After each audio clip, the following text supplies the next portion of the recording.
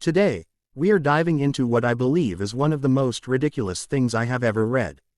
It is absolutely baffling, and it's a list from WSlam detailing the top 10 women's basketball moments of 2024.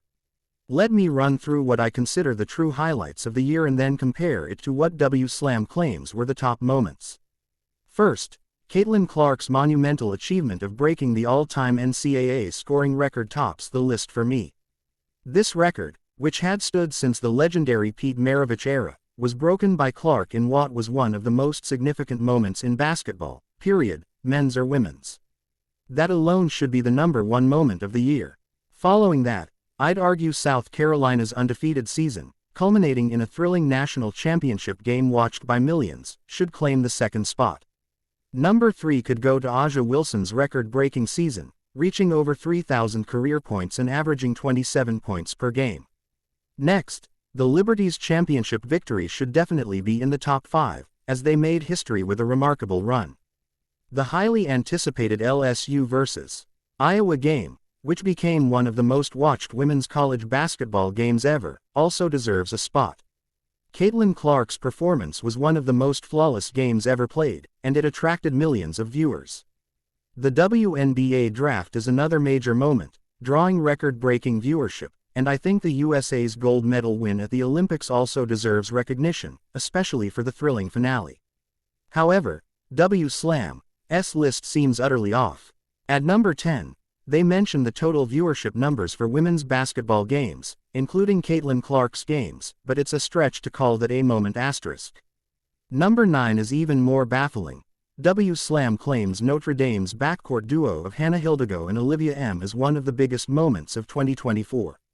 But this duo only played 13 games together. No one can argue that, while they've been good, it's too premature to place them as a top moment when compared to the legendary performances we saw from others like Clark and Angel Reese. The number 8 spot, UConn's clash with USC, is also misplaced. The true landmark UConn-USC game occurred after LSU vs. Iowa, but WSlam mentions the later game as a major moment. Then, they place Angel Reese's 34-point performance in an all-star game at number 7, which is understandable, but I still feel it could rank even higher based on her impact. The biggest mistake comes with placing Caitlin Clark and Angel Reese's record-breaking season so low, considering both players were arguably the face of women's basketball in 2024. A'ja Wilson's incredible 2024 season is also ignored in favor of a less impressive year in 2023, which is just wrong. A'ja deserved the MVP in 2024, but her performance doesn't compare to the season she had in 2023, where she was at her peak. The glaring issue here is that WSlam has downplayed the achievements of some of the most relevant players, like Clark, and failed to recognize their true significance. In the end, this list is absolutely absurd. Caitlin Clark's historic achievements, Angel Reese's rise to prominence, and A'ja Wilson's dominance were far more significant than WSlam acknowledges. By failing to highlight these key moments, the list misses the mark entirely, and I can't help but feel that this ranking is deeply flawed.